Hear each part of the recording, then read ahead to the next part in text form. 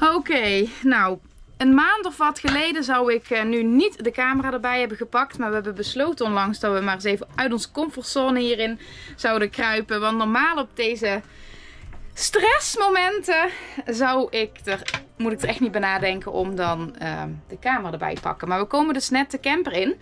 En het eerste wat de kinderen op een gegeven moment roepen: hier ligt overal water, hier ligt overal water. Maar erger, olie. Zonnebloemolie. Hij was bijna vol. En op een of andere manier is dus de dop er vanaf gegaan. En in het kastje. En dat is dus uit het kastje gaan lopen. Waardoor ons hele aanrecht vol met olie zit.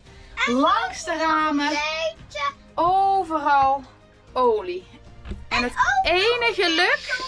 enige geluk is dat het niet op de bank terecht is gekomen. Want dit is eigenlijk allemaal nog wel te poetsen. Maar jongens, dit is wel echt zwaar irritant. Maar ja, dat hoort dus ook wel weer een beetje bij dit avontuurlijke leven. Want we hebben weer flink gehobbeld en blijkbaar zat de dop niet goed en is alles gevallen. En ik geloof dat de kinderen ook wat willen vertellen, want die zitten de hele tijd te roepen. Willen jullie ook wat in de camera vertellen, dames? Ja, want ik had straks olie aan mijn hand. Had je olie aan je hand, maar nu heb je koekjes aan je hand. Heb je even goed je hand? Ja, want ik zei dan wel, zullen we dan dat allerlaatste koekje maar gaan eten? Maar jullie waren al voor, jullie hadden het al zelf gedaan. Wij deden voor papa en deden voor mama. Nou, dat vind ik wel heel lief. Hier, mama. Dankjewel, maar mama en papa zijn heel even met iets anders bezig. En er is zelfs nog wat olie op de grond. Oh ja, nou, nu glimt alles wel goed. Ja! En heel mooi. Nou, een leuk schoonmaakklusje. Zeker. Helemaal smerig. Kom zelfs uit de lampen naar beneden lopen.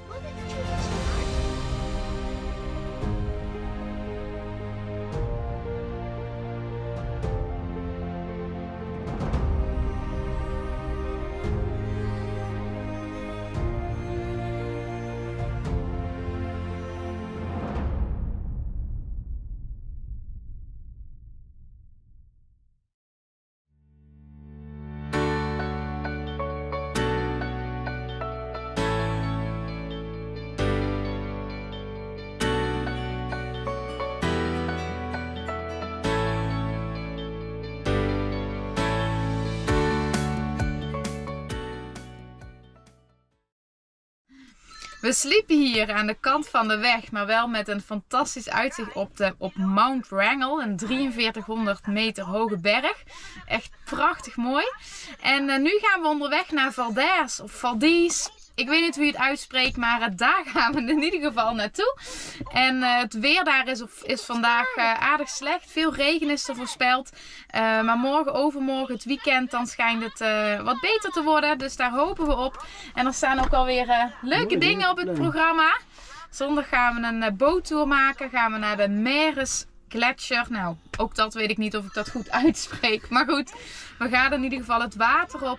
En een hele dag om gletsjers te zien. En hopelijk misschien ook nog wel wat wildlife. Dat zou helemaal top zijn. Dus we hebben er zin in. Ja, gaan jullie mee, dames? Ja. Ja? Goed zo.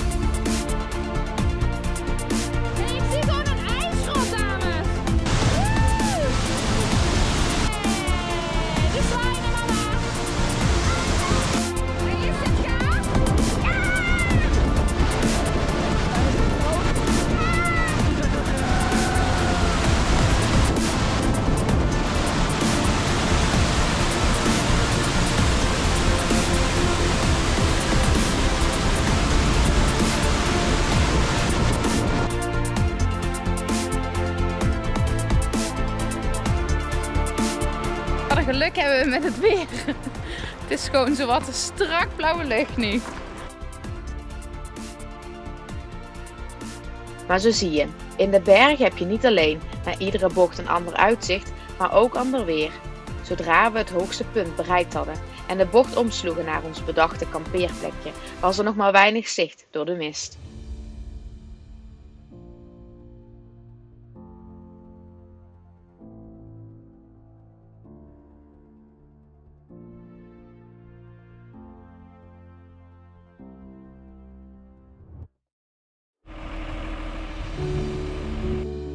In de ochtend zagen we nog steeds niets, maar dat veranderde gelukkig snel en zo kwamen we aan in Verdies op een van de eerste zomerdagen.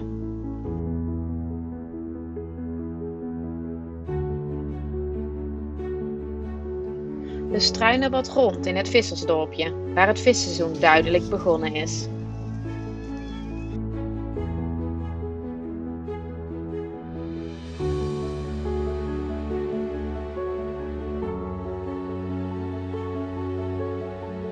Vervolgens brachten we een bezoek aan het gletsjermeer vlak bij het dorpje, waar we achteraf een tikkie spijt hadden dat we niet ons paddleboard hadden opgeblazen om de ijsberg van dichterbij te bekijken.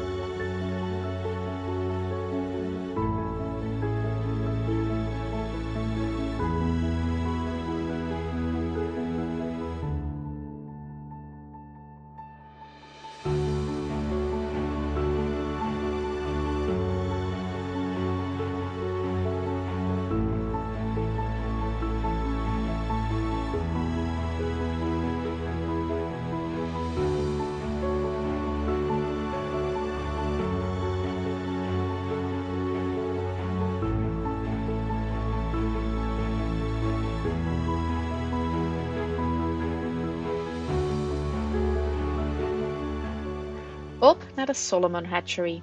Ondanks dat het nog te vroeg is in het zalmenseizoen, was het mega interessant. Nou, we staan hier dus bij de Solomon Hatchery. En ik vind het toch intrigerend hoor, hoe dat werkt. Die zalmen die voor mijlen en hele vele kilometers gaan die de zee op. En uiteindelijk na 2 of 3 jaar weten ze gewoon precies de plek terug te vinden waar ze geboren zijn. Ja. Ik vind dat toch wel een apart iets hoor. Wel heel interessant om dit te zien zo. Ze zwemmen zo de fabriek binnen om daar door te gaan en eitjes te doneren. Ja, nou dat is wel cashje ja. Ooit zijn hier de zalmen gevangen, zijn hun eitjes bevrucht en als kleine visjes weer vrijgelaten naar de oceaan. Omdat zalmen op volwassen leeftijd, wat afhankelijk per soort zalm tussen de 2 en de 5 jaar is, weer terugkomen naar de precieze plek van geboorte, zwemmen ze zo hier rechtstreeks de hatchery in. Waar de vissen ieder jaar opnieuw commercieel verkocht worden en de eitjes opnieuw bevrucht worden en uiteindelijk weer worden vrijgelaten. Ocean ranching wordt dit ook wel genoemd. Omdat het hele proces in optimale omstandigheden wordt gedaan en er veel meer zalmen uiteindelijk de oceaan bereiken, houdt dit de zalmcijfers op peil. Over een tijdje zal het hier een drukte van je welste zijn. Met zalmen die thuis zijn en zalmen die op weg zijn naar hun plek om te paaien, honderden kilometers landinwaarts. En dit trekt natuurlijk ook veel wildlife, zoals zeeleeuwen en beren.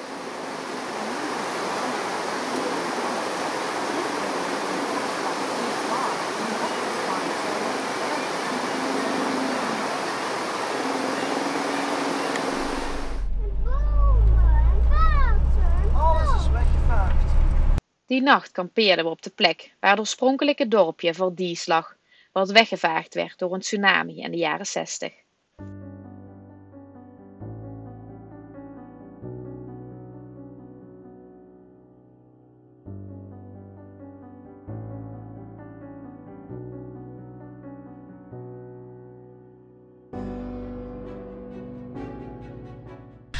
Goedemorgen! Nou, we gaan een boottocht maken zo meteen naar de Meeresgletsjer. En het is duidelijk dat we niet meer gewend zijn om ergens op tijd te zijn. We moeten er om 8 uur zijn. En nou, we zijn in ieder geval wat later dan bedacht om te vertrekken. Want ja, die wekker zetten en het ergens op tijd zijn, dat zijn we niet meer zo gewend. Wat gaan we doen? Op een boot. Op de boot. Wat gaan we daar zien? Dolfijnen. Dolfijnen? Oh, daar ben ik benieuwd naar. Geen gletsjers? Ja. Ik hoop ook walvissen. En orka's. Orka's-baby. En haaien. Weet je, zie je jezelf als je zo dichterbij bent? Dan kan niemand je zien. Haaien? Denk je dat we haaien gaan zien? Nee, haaien zullen we wel. Haaien? Poeh! Ja.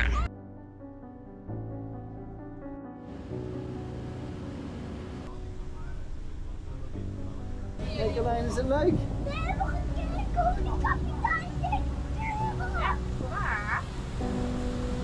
Kijk hoe schattig.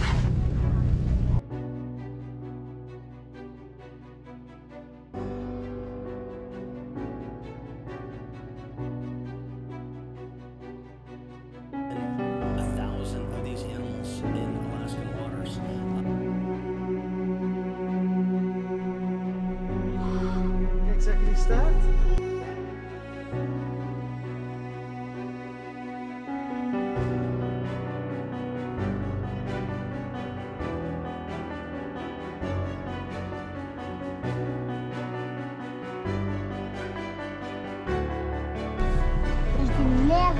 Daar komen ze, klein, zie je ze?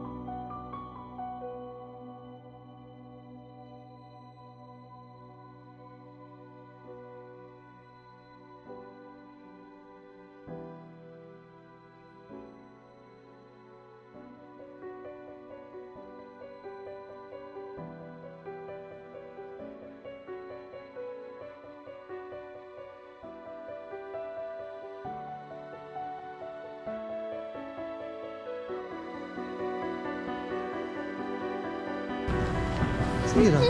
Kijk, daar komt weer een heel groot stuk. Zie je ze? Ja. Kijk, zag je dat vallen?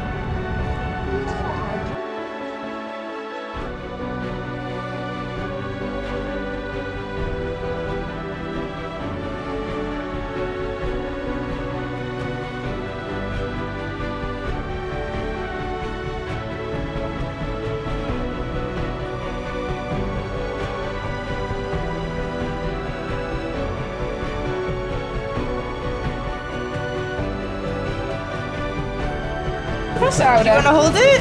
But it are a little bit too heavy. I think you could do it. Here, put your arms Ik out. denk dat je dat kan. Got it? Wow. Kijk, Nienke. Dit kleurtje. Het is wel een beetje zwaar. Is het wel een beetje zwaar? Geef het aan Carlijn. Wil Carlijn hem ook vasthouden? Nee, wil je het klein niet vasthouden? Mijn sister doet. That's alright. Kijk, daar komt het babytje ook.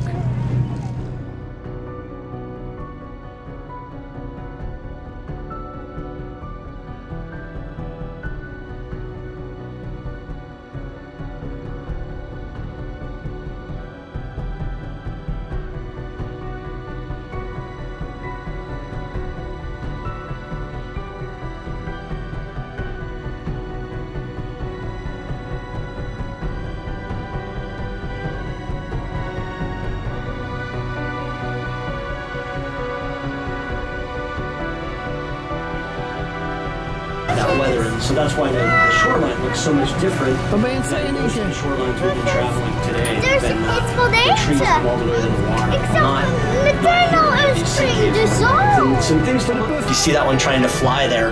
They need a long runway. They need a lot of effort to get up off the water.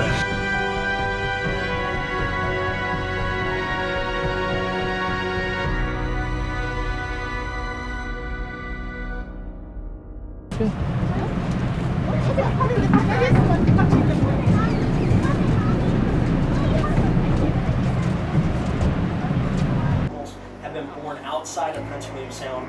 They do, as I mentioned, fight with each other.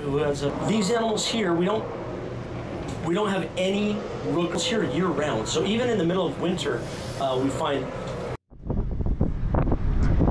Zo, we zijn er weer, Nienke. Ja, onze liefde in de waterval. Mama, drie zijn het. Ja. Wow.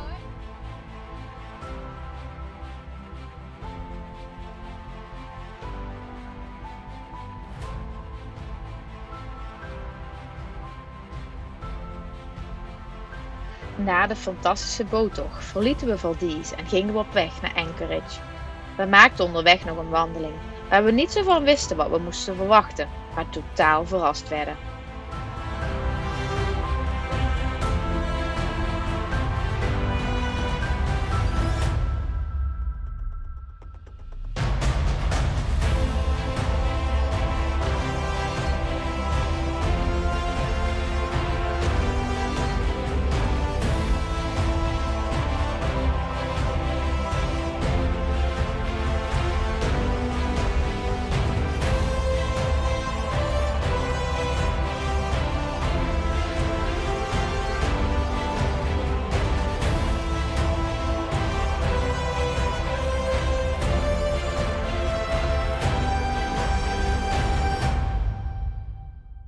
Hé, wat een stom pad, dames.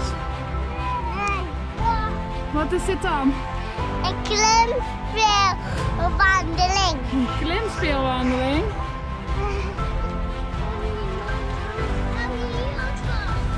Oh, mijn kuit, jongens. En die kinderen, hoe uitdagender het pad, hoe meer klimmen en klauteren, hoe sneller dat ze die berg op gaan. Wauw. Je wilt bijna. En gelukkig dat je. Gaan we lopen. Dat ik je opvangde.